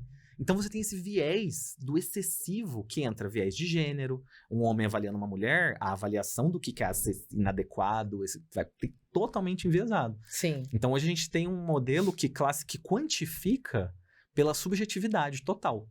Então, isso é um problemão. Qual que é o limite da normalidade? Isso aí a gente tá tentando responder há muito tempo e não consegue. E aí a gente não tem, então, limite da normalidade, primeiro, traçar essa linha, e nenhuma separação entre um transtorno e outro. Porque não consegue encontrar essa separação. Aqui é tal coisa, aqui é outra. O que acontece é que você fica com uma lista de comorbidades. Aí começa as comorbidades. Começa as comorbidades. Você começa a fazer uma lista infinita. Porque aí você vai... A comorbidade é uma prova que o nosso sistema não é tão bom assim. Ele não tá tão... Qual a palavra que eu vou conseguir dizer? Assertivo. Ele não consegue traduzir a natureza do sofrimento humano. O próprio Bessel van der Kolk, ele até propôs a inclusão de um transtorno DSM, enfim, não aconteceu, não sei quando vai acontecer, se vai acontecer, mas você tá rindo por quê? Porque não vai acontecer. Não vai acontecer. Coitado do homem, há décadas, tão lindo o trabalho dele. Tão bonito, né? E se lascando lá. Tá ele tentando agora, por exemplo, conseguir fazer tudo ao alcance dele para conseguir a aprovação do tratamento com MDA para trauma, porque os resultados são MDMA. Porque os resultados são incríveis, assim, e não tá conseguindo nem isso, então você vai, que dirá, né? Enfim, isso. Mas ele falava que esse transtorno que ele propôs pro DSM, ele propôs porque crianças estavam recebendo até 8 transtornos mentais ao mesmo tempo para explicar os seus sintomas. Isso. E aí, olha que legal. A gente pode até voltar nesse ponto para explorar melhor. Vamos. Mas só para não perder o fio da meada do high top, né? Porque o que eles tentaram fazer, então? Tá. Eles tentaram fazer assim. Vamos jogar... Em vez da gente ser categórico, então o DSM ele é categorial. Então você coloca em categorias. Vamos ser dimensionais. Então vamos tratar esses processos como dimensões, espectros. Tem de mais, tem de menos. É sensacional. E aí eles vão... faz todo pra mim sentido. faz muito mais sentido colocar, né, num espectro do que... Isso. Só que aí olha só, eu vou mostrar o que eles fazem e a dificuldade que é de fazer isso. Porque fala, você vai, por exemplo, Manuel, eu vou receber uma teoria, né, de como que isso poderia ser aplicado. Eu vou ter um grau, um nível de uma valência externalizante. Externalizante é o quê? Tudo que vai para fora, impulsividade. Então você vai ter o TDAH, os processos explosivos, sabe? A agitação que vai para fora. Internalizante, outra valência. Então tudo aquilo que é para dentro, remoer, ansiedade, preocupação, insegurança, tristeza. Processos internalizantes. Externalizantes, internalizantes, psicoticismo, que aí vem o elemento da psicose. Sabe, tem gente que pode ter mais facilidade para entrar nesse processo psicótico, tem gente que tem menos facilidade para entrar nisso. E aí, se esse elemento tiver um pouquinho presente, talvez ajude na criatividade. Mas se tiver demais, talvez deixe ela fora da realidade. Ela pode ter um surto. Então esse equilíbrio e essa dimensão, ela vai de forma mais harmônica. Ele cria como se fossem espectros, então, e fala a pessoa tá em algum lugar aqui entre um extremo e outro. Isso, e aí todas as pessoas poderiam receber talvez uma nota, poderiam receber um número, uma quantidade dessa característica externalizante, internalizante, psicoticista. Aí tem somatoforme, então isso é interessante para vocês do trauma. Assim, tem toda uma linha que tenta colocar o processo somatoforme como uma outra valência. E aí o processo somatoforme, dissociativo... Então tem várias escalas nesse... Isso. E aí você vai tendo como se fosse uma barrinha, sabe? Uma barrinha dos processos que você tem a mais ou a menos. Mas aí eles então... Como eles classificariam, então, um transtorno dentro desse modelo? Aí que vem o problema. Tá. Porque aí você... Então, isso faz todo sentido. Faz. Só que, metodologicamente, toda hora que eles vão fazer uma pesquisa, eles precisam partir do DSM. Porque senão vai como que eu vou pesquisando medir? O quê? Banana, maçã? É tipo assim... Como que eu vou medir? Eles não têm outra métrica para poder colocar no estudo, então, né? Então, por isso que eu precisei, que eu falei, externalizante. Aí eu dei exemplo de transtorno DSM. Mas não era pra eu dar exemplo do transtorno DSM. Era pra dar exemplo, sei lá, de uma outra coisa. Externalizantes, isso, sei lá. Então ele tenta ser mais sintomático e sindrômico. Então ele tenta quebrar com os transtornos e separar coisinha por coisinha. Então, gritar alto todo dia de manhã, isso vai ser externalizante. Chorar do nada, isso vai ser internalizante. Então, teria que ser algo muito, sabe, uma minúcia muito grande, que aí como que você aplica isso na clínica? Então, numa pesquisa num laboratório, talvez até dê, mas como que eu sabe, como que Talvez eu com passo isso escalas, com... E aí como que Como você é que- e aí como que você vai determinar exatamente a linha do quanto que tá adequado ou não? Essa integração Entendi. Não basta só ter o espectro. A ideia faz sentido, mas qual é o ponto aqui que a gente começa a Isso. considerar patológico? E aí no final das contas ele acaba tendo que se referenciar pelo DSM, porque senão as pessoas não entendem, não tem praticidade. Então ele acaba é algo promissor, é algo interessante e é algo que as pessoas devem ter assim, como uma referência. O profissional tem que saber, sabe? A pessoa não tem um transtorno, ela tem um excesso, ela tem esse... Ela tá mais pra esse lugar do espectro desse tipo de Isso. sintoma. Ela é mais impulsiva, que é um conceito quase que de temperamento. Então isso é interessante, porque aí na psicologia vocês já estudam isso há muito tempo, que é o temperamento. Aí você pode ter uma criança com temperamento que já mostra um excesso de energia, sabe? Mais agitadinha, outra que é mais quietinha. São as manifestações. Esse é o modelo que desses você acha mais processos. promissor além do DSM? Ele é um modelo de estudo, mas aí que é o ponto. Você tem um modelo de estudo e você tem um modelo de clínica. De clínica, nada bate o DSM Porque nessa classificação de transtorno. não bate o DSM porque ele é muito Prático e útil. prático. É tipo assim, tá aqui a listinha, fez, não fez. Faz acontecer. E aí você tem, então, imagina, então você tem o high top, que está classificando os sintomas. Abaixo do high top, pensa que o DSM, ele começa lá de cima, ele é top-down. Então ele começa lá de cima, lá dos conceitos amplos, e vai, sabe, lá de cima você tem abaixo o high top, que tenta explicar os sintomas, por exemplo. Uhum. E aí abaixo dele, no nível mais profundo do organismo, você tem os estudos do RDoC, que aí é o Research Domain Criteria, que é um grupo de estudos que tenta... É o povo da biologia mais Quer biológica encontrar do o negócio. gênio... Sim, que eu era que fã causou. dele, sabe? Queria ter uma camisa Eles da RDoC. eram eu os era seus, né, Sim. ídolos. É muito legal. Não, mas o RDoC é muito interessante, porque eles que começaram a falar... Os grandes estudos, por exemplo, de circuito cerebral veio do RDoC. Mas é legal também, se tem uma base biológica, qual é? Então Demais, acha, gente, acha qual é o demais, gene, qual é o isso. não sei o que tá causando, tá Isso, ótimo a gente demais. achar isso. E aí teve um momento ali interessante que foi próximo da publicação do DSM-5, foi uma grande polêmica na psiquiatria. Eu queria fazer um quadro de fofocas da psiquiatria. Ai, assim, gente! Polêmicas que aconteceram, sabe? Fofoca de estudiosos. Olha só o que esse aqui falou. Nossa. E o que acontece, o povo não sabe, mas é um... Esse aqui seria um plantão da Globo. É. Porque foi assim, o presidente seria como um equivalente, talvez, a...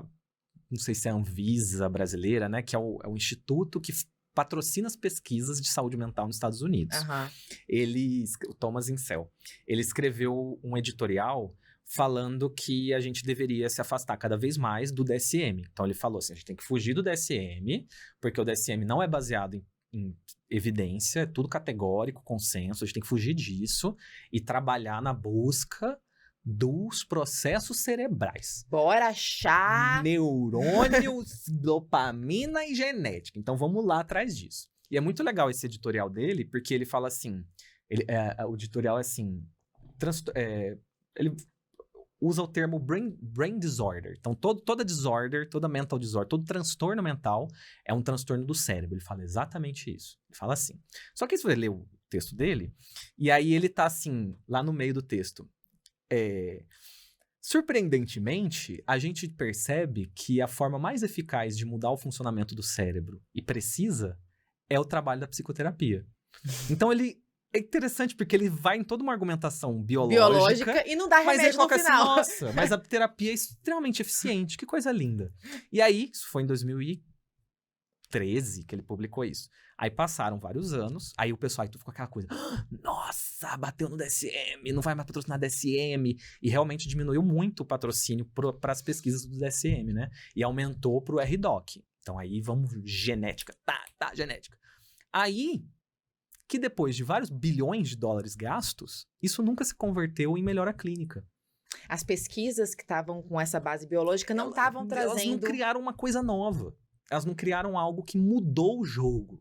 Sabe, a acetamina saiu daí. Teve alguns poucos remédios que saíram dessas pesquisas. E isso mudou o jogo, sim, para algumas coisas, sim, né? Mas nada que mudou o ponteiro indicando que a gente tá Global, sofrendo assim. mais. Então não mudou.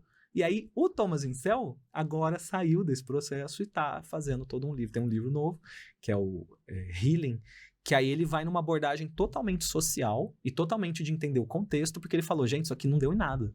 Isso aqui não mudou o E jogo. é isso que eu acho que é um puta cientista. É o É. cientista que não fica apegado ao seu viés. Ele faz a pesquisa, Aham. viu que deu resultado, não deu, Uhum. ele larga o viés dele, a crença dele, e vai pra direção que ele tá Sim. vendo que tá tendo resultado. Isso é um verdadeiro Isso cientista. é perfeito. E tá tudo bem ele querer pesquisar isso. Eu acho fantástico querer pesquisar se realmente tivesse E ele falou, isso. naquela época, como que a gente não ia ir atrás? Porque a gente não tinha dado nenhum. Então a gente evoluiu muito no entendimento dos genes. A gente evoluiu muito no entendimento da molécula. Agora, você já ouviu falar de alguma mudança global na tendência de sofrimento humano? Isso nunca aconteceu. Então, no fim das contas, o que a gente quer? A gente quer publicar artigo, a gente quer ser bonito, a gente quer mostrar ressonância magnética. Ou a gente quer que as pessoas se melhorem. Eu quero que as pessoas melhorem. Essa que é a sacada, que quando a gente quer ser bom profissional, a gente quer fazer a diferença, a gente mergulha na biologia. Só que, historicamente, isso não você não devolve isso pra pessoa. E pelo menos nos Estados Unidos, eu sinto isso mais lá do que aqui. Por exemplo, eu fui a alguns congressos lá fora, de trauma, inclusive, e era muito comum você ver, por exemplo, o cara indo fazer uma palestra, e no congresso ele falava assim, eu sou um cientista, então essa é a minha visão, não sei se isso aqui se traduz pra clínica. E vinha um cara que era clínico e falava, gente, essa é a minha visão, isso aqui é o que eu vivo na minha prática clínica, e de alguma forma tá ou não tá conectado com os estudos que tem mais de neurobiologia, mas é isso. E um valorizando o outro, um querendo aprender com a visão do outro. E aqui no Brasil eu sinto isso um pouco mais como se, não sei, uma vontade de desvalidar também essa coisa mais clínica, mais subjetiva. Não sei se é uma impressão minha, se você concorda. Eu sinto que, assim, a gente tem como categoria, assim, como profissionais de forma geral, a gente tem um ponto que a gente busca muita validação de conceitos, então você quer falar de um jeito, você quer fazer de um jeito, mas você estuda biologia, e aí você chega numa conclusão que meditação é bom. E aí você olha para um zen budista que tá meditando há 2000 anos, nossa, meditação é bom, exercício é bom, conexão é bom, você sair e conversar com pessoas é algo que é... Você ter conexão social é o fator que melhor impacta na sua saúde mental. Não só na saúde mental. O maior preditivo de que um evento potencialmente traumático não vai virar traumatização é o apoio social que você recebe depois do evento. Pois é, e aí a gente tem que fazer todo um círculo de convencimento através desse modelo que, assim, a gente poderia só ir lá, sabe? Vamos falar de bem-estar. E aí você percebe como que é esse jogo dos transtornos, como que ele tira a gente dessa trilha.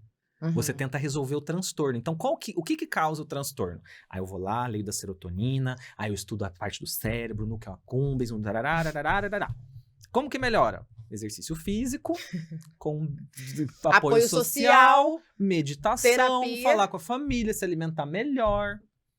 E aí, não, mas isso aqui é importante você estudar para fazer um remédio. Certo. Só que não é transformador. O lítio mesmo não foi descoberto por causa da pesquisa, porque perceberam como fazia diferença, e até hoje nada supera o lítio para estabilizar transtorno bipolar. Então a gente gastou, investiu, jogou um dinheiro, mas assim, isso não se traduziu. Aí esse que é o grande ponto que o Thomas Incel hoje tá. Isso eu acho muito relevante da gente ver esses grandes nomes que eu sempre quando vou fazer essas pesquisas, poxa, eu tô falando defeitos do DSM. Quem sou eu para falar defeitos do DSM? Eu não sou muita coisa. Agora, o coordenador do DSM-4 escreveu um livro incrível, falando como que o DSM é feito. E hoje ele, sabe, falta tacar fogo no DSM. O próprio Bessel van der Kolk, ele ajudou na confecção do DSM-3. Então, são várias pessoas que estavam dentro do processo, da máquina. Exato. E eles saem e falam, gente, isso aqui tá sendo um problema. Gente, isso aqui não tá ajudando. Então, a gente precisa olhar para essas falas. Porque aí, essa questão toda você cria uma epistemologia, uma organização do conhecimento. Sim. Então, isso que a gente tá falando aqui, esse nível de conversa que a gente tá, é algo que, assim, quebra muita lógica. Sim. Se você... Olha só que coisa doida. Tem uma palavrinha que é ter. Eu tenho transtorno de ansiedade. Essa palavra ter, ela já gera uma imagem parecida com a infecção. Eu tenho. Eu tenho. Então, até a mim, eu tenho transtorno de ansiedade. E não é exatamente isso.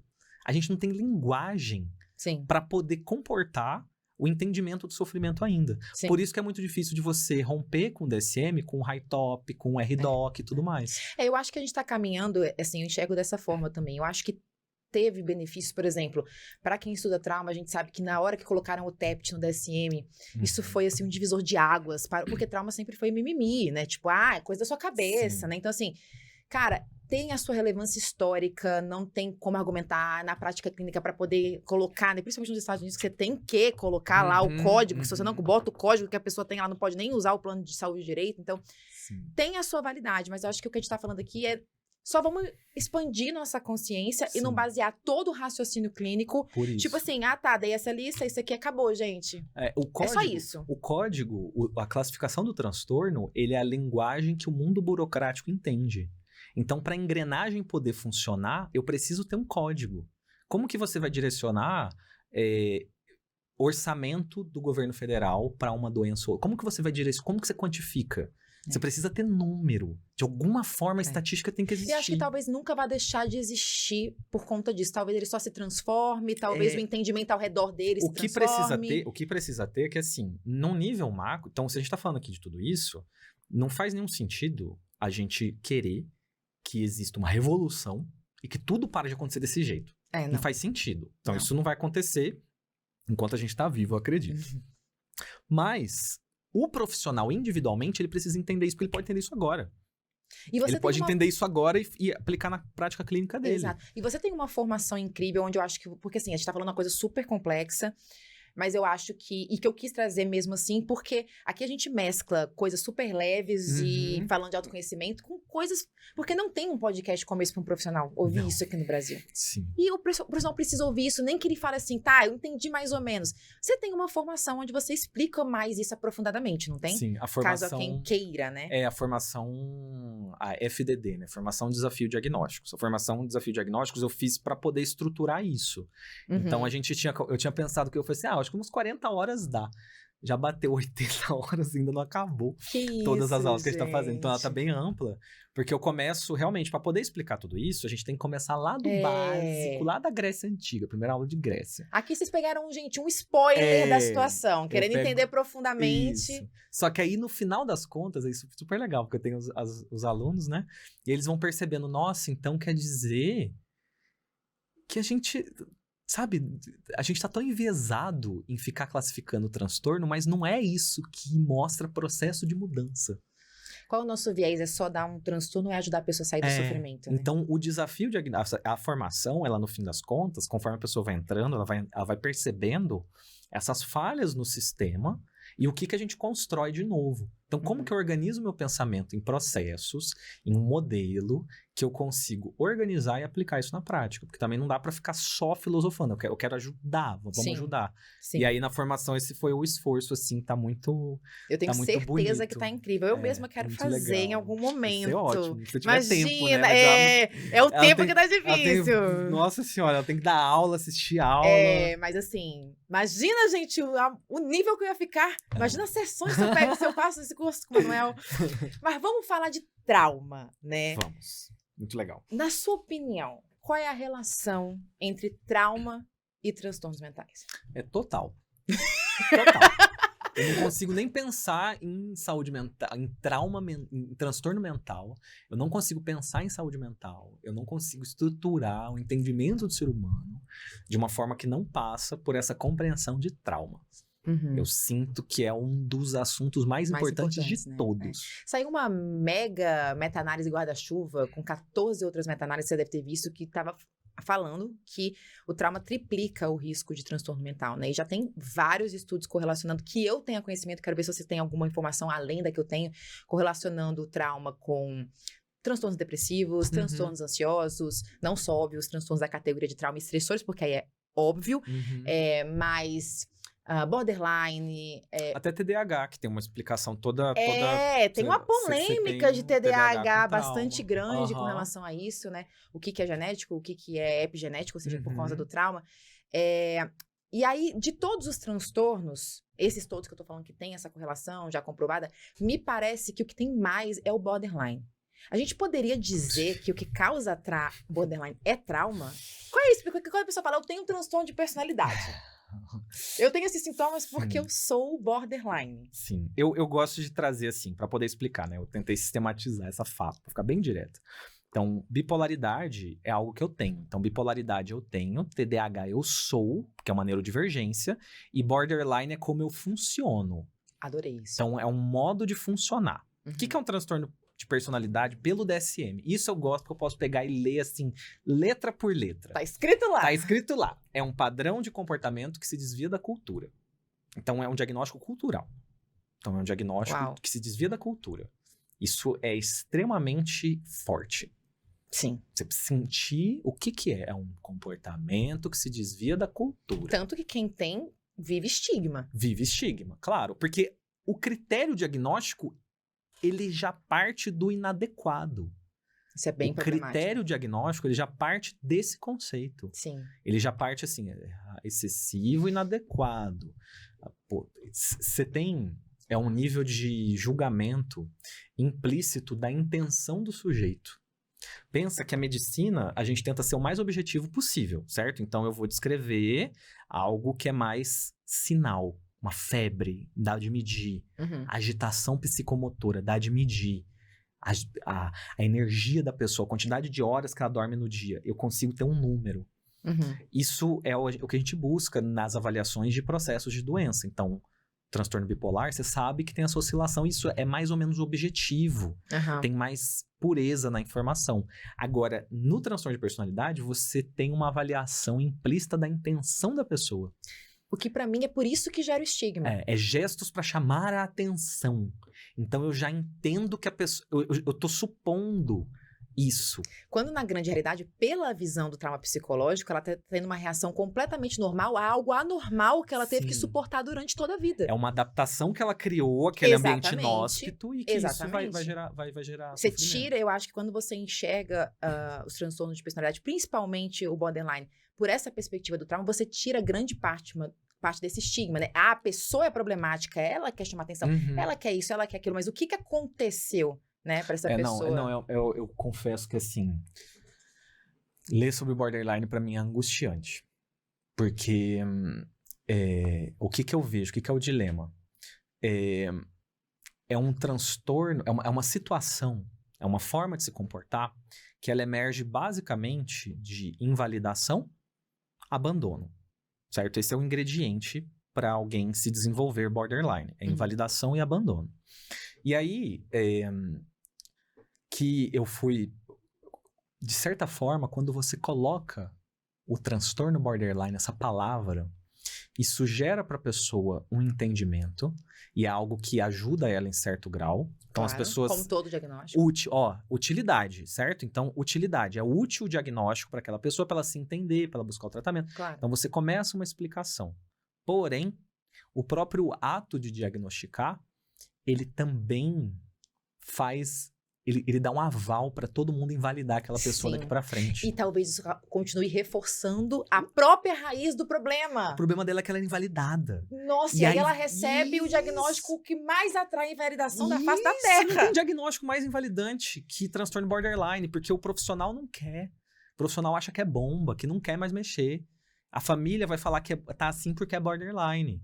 Tudo é assim porque tem borderline. Aí, tem o borderline. Nossa, tá indo dar uma dor no coração pelas pessoas. É angustiante. E aí eu fico... Aí é um grande dilema, porque para você ver o papel que o diagnóstico tem. Quando eu falo que borderline não é uma doença, eu também tenho uma resposta de incômodo com pessoas que têm o diagnóstico borderline, porque ela fala assim, é doença sim porque eu sofro. Então, sim. Então a pessoa também, ela quer que exista esse termo para legitimar o sofrimento dela. Sendo que a gente pode encontrar termos melhores para legitimar esse sofrimento dela. Não precisa ser esse o termo. Não, e eu posso legitimar o sofrimento humano sem precisar de um crivo de diagnóstico. Eu posso só legitimar o sofrimento humano. Exato. Eu posso só entender, porque as pessoas não entendem, o que elas não percebem é que se eu paro de tratar, se eu coloco o transtorno de personalidade no lugar dele, que é um comportamento que se desvia da cultura. No DSM-4, ele era até um eixo diferente dos outros diagnósticos. Então, um problema que tem o DSM é que ele coloca tudo como transtorno, e é que nem se jogar num liquidificador um monte de fruta e vira uma coisa só. Tudo transtorno. Sabe, as doenças, transtorno.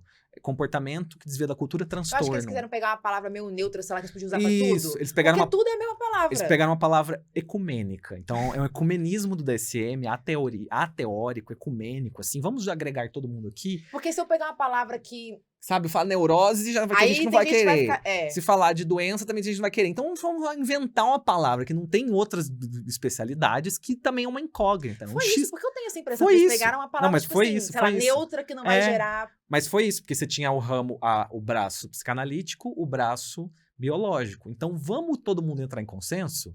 Aí eles deram inclusive, os transtornos de personalidade se mantêm com a terminologia que vem da psicodinâmica. Então, quem que estava estudando personalidade? Definitivamente não eram os médicos do hospital. Eram os médicos do divã. Eram os psicanalistas. Então, por isso que os transtornos de personalidade, eles bebem dessa linguagem da psicanálise. Então, tem narcisismo, histriônico, borderline. Isso é tudo jargão psicanalítico. Só que aí você joga isso junto no mesmo bolo com doença biológica que foi descrita num hospital. Tudo Com autismo mesmo... da neurodivergência da pessoa que tem dislexia, sabe? Tudo vira transtorno. E aí você passa a impressão que é tudo meio igual. Entendi. E aí as pessoas não Perfeito. entendem essa camada Perfeito. de distinção. Esse que é o grande ponto, é entender qual que é a natureza de cada transtorno. Se a gente não entende a natureza de cada transtorno, eu não percebo que uma pessoa pode ter esse funcionamento borderline e também ter uma doença bipolar. Ele tem as duas coisas, são camadas diferentes do ser. Sim, sim. Né? E aí a pessoa tem esse processo de invalidação, e aí ela não consegue se regular. Durante a vida, fica borderline. Aí ela começa a comportar de forma borderline. Aí ela recebeu esse diagnóstico, a partir daí tudo é borderline.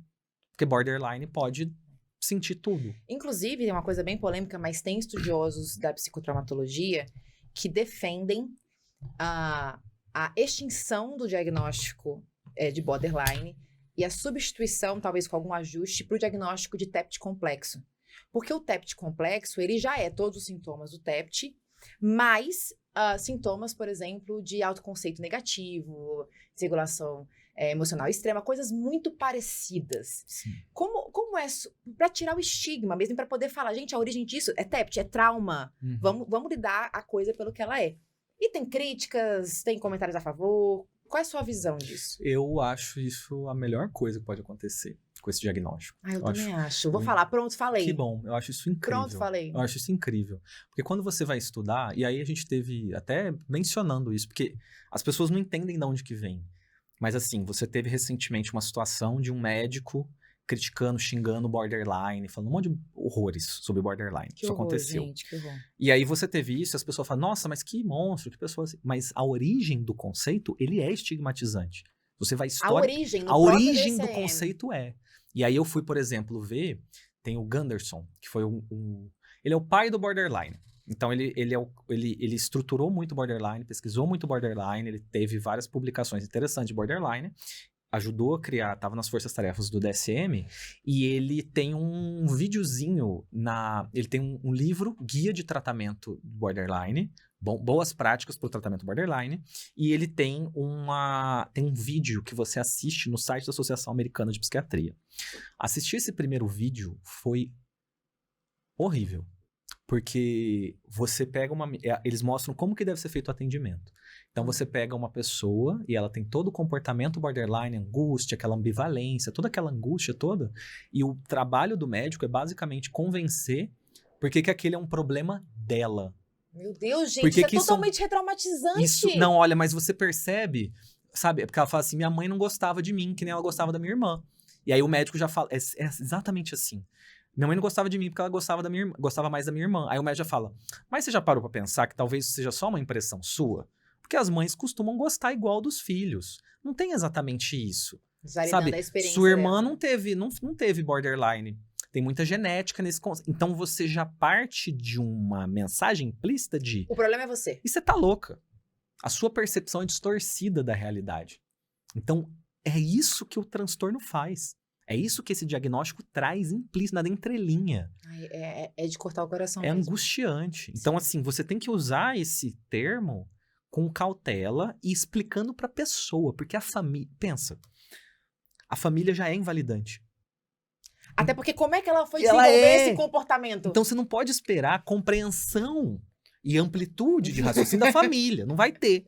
Agora você é capaz de fazer isso com seu cliente. Então você traz o conceito. Borderline, veja, se identifica, ó, pegou. Agora vamos entender de onde que isso aqui vem. E aí você vai naquela história daquele indivíduo, aí você traz para ela uma validação. Sim. Que inclusive é um processo de tratamento. E aí tem uma história incrível, um plot twist maravilhoso na história do borderline. Por quê? Você tinha todas as décadas vários homens pesquisando borderline, sempre com esse viés desse tom implícito, de como que era uma paciente difícil, paciente complicada, tal. E aí você teve uma pessoa que surgiu, que foi a Marsha Linehan. A Marsha Linehan desenvolveu o protocolo de dialética comportamental para borderline. E o primeiro... Inclusive, ela estuda trauma pra caramba. Se vocês não sabem disso, Sim. isso faz super parte do... Ela é maravilhosa, Sim. só que você sabe que ela era paciente, né? Sim. Marsha Linehan foi internada, ela recebeu ECT, ela se cortava, tinha todo um processo muito profundo. Ela era isso, ela era uma paciente para-suicida, que a gente chama, que tinha essa grande dificuldade. E aí ela passou por a história oficial que ela conta de uma experiência mística que ela teve, um contato espiritual, e isso fez ela se regular intensamente bem. Depois de várias sessões de ECT, de vários processos, ela saiu do hospital e foi desenvolver uma técnica para tratar essas pessoas. E aí ela chega com o melhor tratamento que tinha. E que até hoje é um grande padrão ouro. Sim, Então você percebe como que o padrão ouro do tratamento borderline surgiu a partir de uma da pessoa. experiência. Ela viveu, entendeu como que é e foi fazer pesquisa E documentou. básica. Aí ela foi fazer pesquisa básica, ela fez todo o dever de casa, fez extremamente bem. Mas é igual, por exemplo, o Peter Levine também. O Peter Levine, toda a teoria dele, é um dos maiores teóricos sobre trauma, nasce no consultório. Daí ele vai pesquisar, daí ele vai comprovar o que ele estava falando. Exatamente. Né? Que é o ponto que a gente já tinha discutido. Você vai tentar entender o que aconteceu. Por que resolveu? A pessoa estava presa aqui, por que tá como funcionando que faz? agora? E aí ela foi testando. E aí a gente sabe que essa parte, inclusive, é o início. O livro dela é muito interessante. Porque é no início que ela fala isso. Um monte de homem fazendo critério para basicamente diagnosticar mulheres. Porque o borderline é um diagnóstico eminentemente feminino. Até tem um viés que às vezes a pessoa tem o mesmo critério, mas o profissional tende a não ver o borderline no homem. Nossa. A gente não vê borderline isso no bem homem. Profundo. Se você presta atenção, você vê, você encontra. Mas esse homem vai ser classificado como narcisista, como outra coisa. Porque aí você tem esse viés de avaliação mesmo. Então, sim. é algo muito relevante. Caramba. Então, o conceito do borderline ele atravessa tudo isso. Aí o trauma vem, por isso que eu ri aqui, porque vai ser difícil deles conseguirem encaixar isso no DSM, porque o trauma, ele atrapalha o DSM.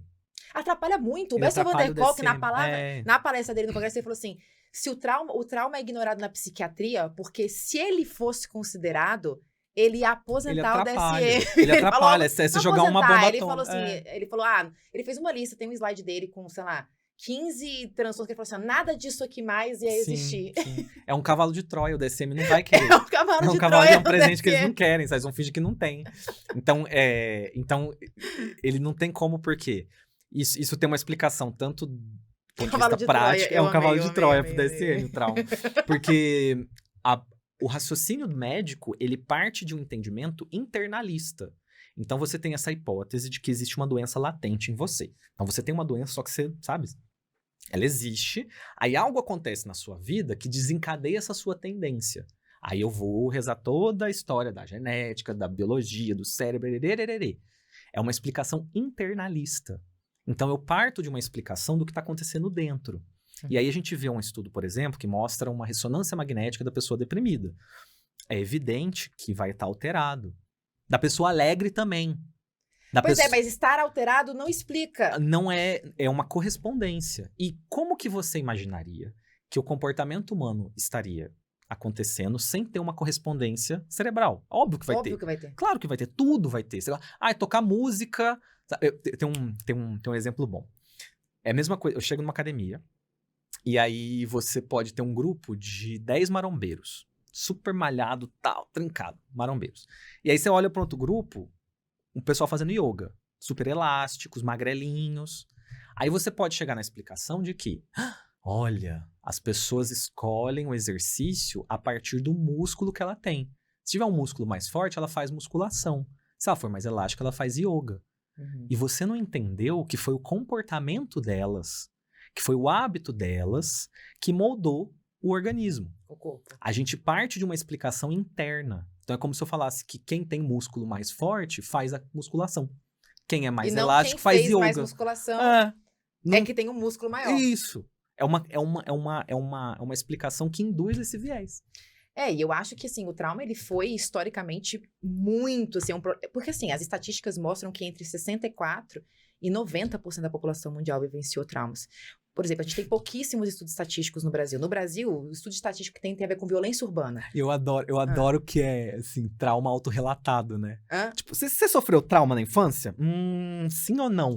Aí a pessoa marca, sendo que o conceito de trauma é que ela não integrou. Exato. Então, Ou seja, isso é subestimado. Isso é autorrelato. Não, e é subestimado. Total, subestimado total. claro. Até porque trauma gera dissociação. Eu só percebi trauma que eu tinha... gera amnésia dissociativa. Aí você vira pra pessoa que tá com amnésia dissociativa e fala, mas você viveu algum trauma? Sim. E mesmo assim a estatística é essa, tá? Eu tinha... Pra você entender o nível do problema. Eu não sabia que eu tinha trauma até eu começar a explorar. Não é uma coisa que você sabe. Não é uma coisa que você entende. É porque, tipo, ninguém quer falar vive trauma. Parece que tem um... Só de falar trauma, as pessoas... Não. Eu não. Tanto que tem gente que fala assim, eu não tenho trauma, eu tenho ferida. Tá, mas trauma vem da palavra grega que significa ferida. Sim. Né? É. Eu também. Eu vivi violência doméstica e pra mim não tinha vivido trauma. Sim. A Né? gente só percebe depois. Pois é. Um divórcio... Assim, pensa num divórcio não traumático pra filhos. Isso é extremamente incomum. Vai ser trauma. Eu tive... Um dos meus traumas foi esse processo de divórcio dos meus pais. É um rompimento no funcionamento da família. Isso pra criança É gigante. Tanto que nos critérios do ACE, divórcio dos pais é um dos tipos de trauma que estão sendo considerados, né? Então, assim, a estatística é gigante. No Brasil, a gente tem pouca estatística. A estatística, ela tem a ver com violência urbana, e mesmo assim deu 88%. Eu fico pensando, e se incluir racismo, se incluir bullying, se incluir preconceito, se incluir abuso sexual, vai pra quê? Vai pra 100%? Sim. Então, a gente tá falando de uma coisa que é universal.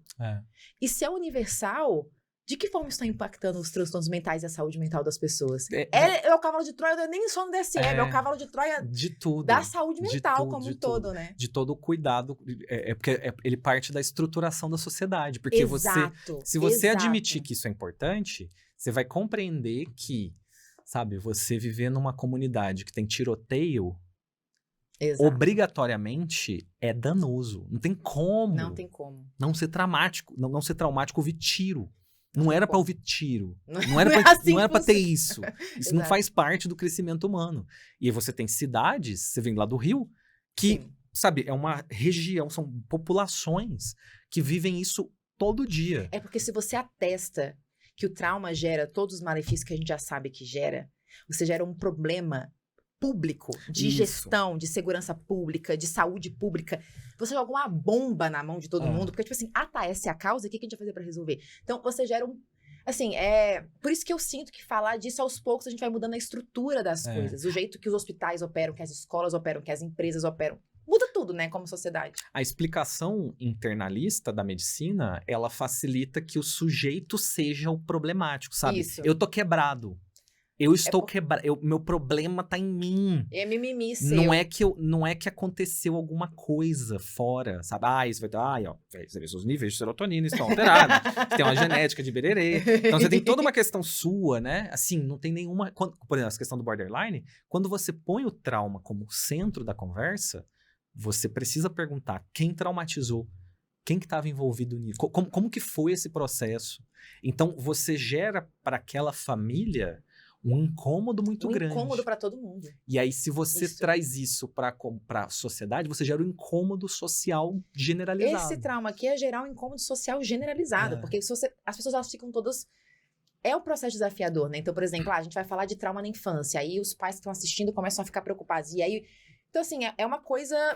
É mexer no vespeiro, mas infelizmente eu não sei se a gente tem solução, né? Por exemplo, hoje em dia, então, com base nisso tudo, quando um paciente chega no seu consultório, como você inclui isso? Porque eu quero falar até uma outra coisa que eu não sei se as pessoas sabem, mas você leu no roteiro, eu acho que eu posso falar, né? Que você tomou uma decisão que eu achei muito corajosa, muito bacana, que você falou assim, não atendo mais pacientes de primeira consulta que não estão fazendo psicoterapia. Então, Qual é o seu raciocínio clínico quando um paciente chega? Como você considera o trauma? Como é essa questão da pessoa precisar fazer terapia? Enfim. Primeira coisa, eu separo o que é classificação, o que é um diagnóstico sindrômico do que é uma explicação. Então, é isso que eu faço. Então, a pessoa chega com queixas, com incômodo, tá ansiosa, tá triste, tá angustiada. Eu não vou dar para ela diagnóstico de depressão e ansiedade. Isso não é diagnóstico explicativo, isso é classificação. Então, eu entendo o que é, e aí a gente vai atrás do que tá causando. Você já traz para ela esse olhar. Claro, então. ela vai ter que entender o que é. Eu vou ter que entender, a gente vai ter que estruturar esse raciocínio. E ela precisa estar em terapia, porque senão tudo que ela me trouxer, eu vou medicar. Porque eu só faço isso. Eu sou médico. Meu viés é esse. Meu viés, eu conheço o meu viés. Eu sei o que a gente faz. Eu sou treinado para isso. O meu olhar é assim. O meu instrumento é esse. Então a pessoa chega... Sua principal intervenção é essa. Eu faço estimulação magnética, mas é um tratamento eminentemente cerebral. Eu não vou intervir na família, na dinâmica familiar. E aí o que eu costumo fazer, a pessoa tem que estar em terapia, então é necessário estar em terapia, mas bater ponto na sessão não é estar em terapia. A pessoa tem que estar disposta a buscar melhora. É que na verdade você está querendo que ela melhore. Eu quero que ela melhore, eu quero que ela esteja engajada. Eu preciso que ela esteja, porque senão eu entro num campo de causar mal. Eu começo a fazer iatrogenia. E aí eu vou fazer mal para ela. Então eu preciso admitir como médico que a minha intervenção não ajuda quem tem processos sistêmicos familiares.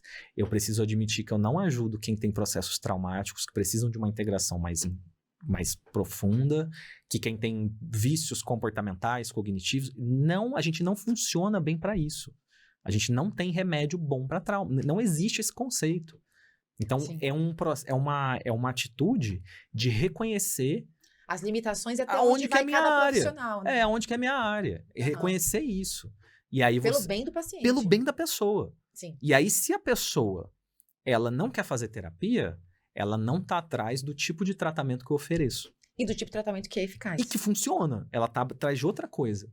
Qual é o papel, então, da medicação? A medicação... Do tratamento, de forma vamos geral. Fazer assim. Qual que é a intenção de todo tratamento de saúde? Promover o florescimento e o desenvolvimento humano. Então, é isso que a gente tem que fazer. Todo tratamento de saúde é para promover desenvolvimento humano. Não é para tratar doença. Se a gente ficar em tratar doença, a gente vai estar preso no século XX. A gente quer saúde de qualidade. Uhum. Que é o que você quer para sua vida, que é o que eu quero para minha vida. Uhum. É florescer, é se desenvolver, é se conectar com os próprios valores.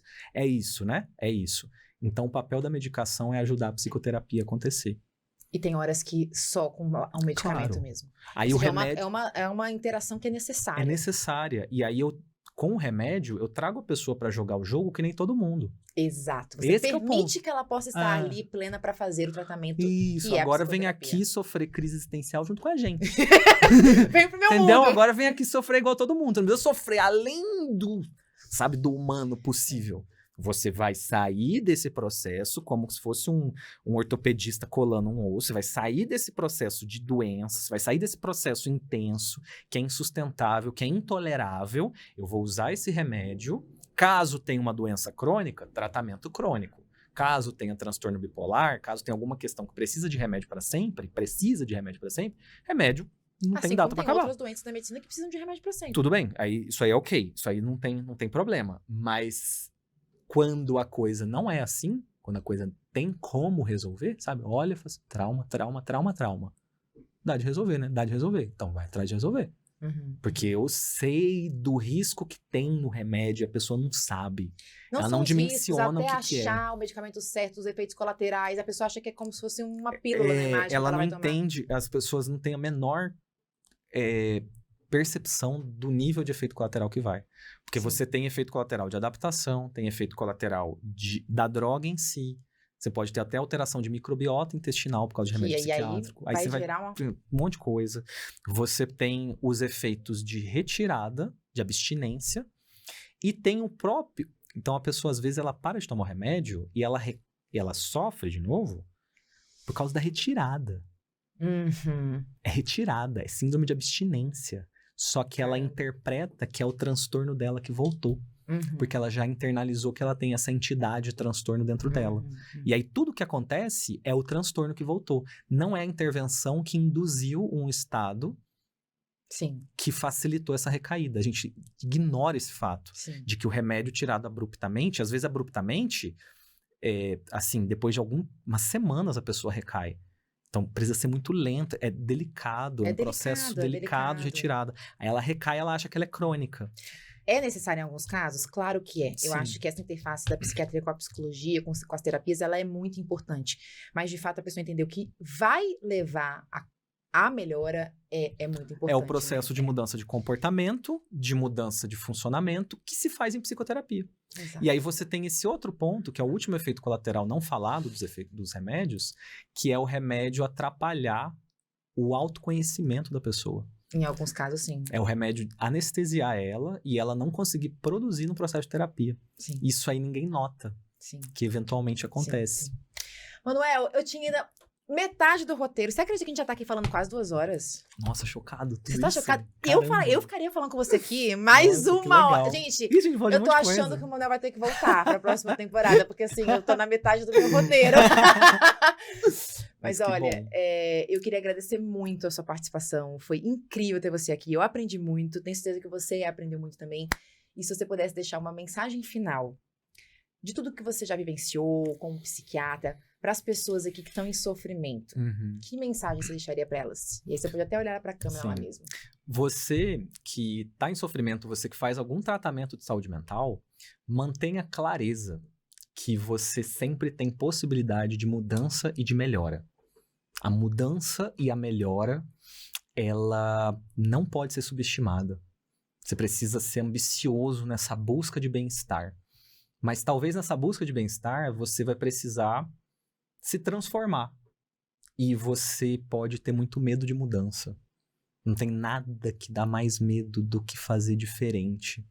É que nem a gente pisar no escuro, sabe? Como que vai ser? Como que é?